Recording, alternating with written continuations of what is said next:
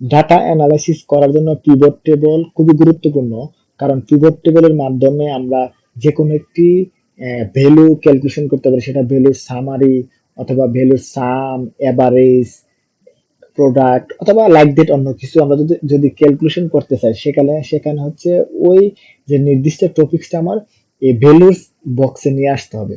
So আমি যদি এখানে কোনো একটা সাপোজ এখানে ইন্ডিভিজুয়াল পারফরমেন্স, এখানে যদি এটা আমি নিয়ে আসি, সেক্ষেত্রে হচ্ছে আমি কি দেখতে চাইতেছি, এই ইন্ডিভিজুয়াল পারফরমেন্সের কি সাম দেখবো নাকি অ্যাভারেজ দেখবো নাকি প্রোডাক্ট দেখবো। সো এটা দেখা, এটা সেট করে নিতে হবে আমাকে। সো আমি এখানে আমি কি করলাম দেখেন, আমি হচ্ছে এই যে এখানে এইখানে মাউস বাটন নিয়ে হচ্ছে লেফট বাটনে ক্লিক করে ভ্যালু ফিল্ড সেটিং, সেটা ক্লিক করলে আমি কি সাম দেখতে চাবো নাকি কাউন্ট নাকি অ্যাভারেজ। সাপোজ আমি যদি কাউন্ট দেখতে চাই, সেক্ষেত্রে আমি ক্লিক করে ওকে করব।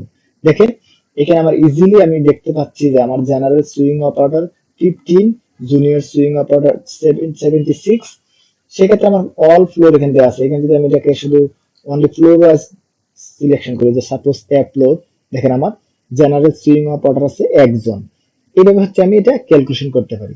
সো এখানে যদি আমি এটা অ্যাভারেজ ভ্যালু দেখি, হচ্ছে আমার ইন্ডিভিজুয়াল পারফরমেন্স এর ক্ষেত্রে যদি অ্যাভারেজ দেখতে চাই, সো আমি অ্যাভারেজে ক্লিক করে ওকে করলাম। দেখেন আমার অ্যাভারেজ পারফরমেন্স দেখাচ্ছে। তো জেনারেল সুইং অপারেটরের অ্যাভারেজ পারফরমেন্স 0.151, অর্থাৎ যদি আমি সেটা ইফিসিয়েন্সিতে বা পার্সেন্টেজে কনভার্ট করি, সেটা হবে 52%, জুনিয়র অপারেটরের ক্ষেত্রে হবে 68%, লাইক দ্যাট।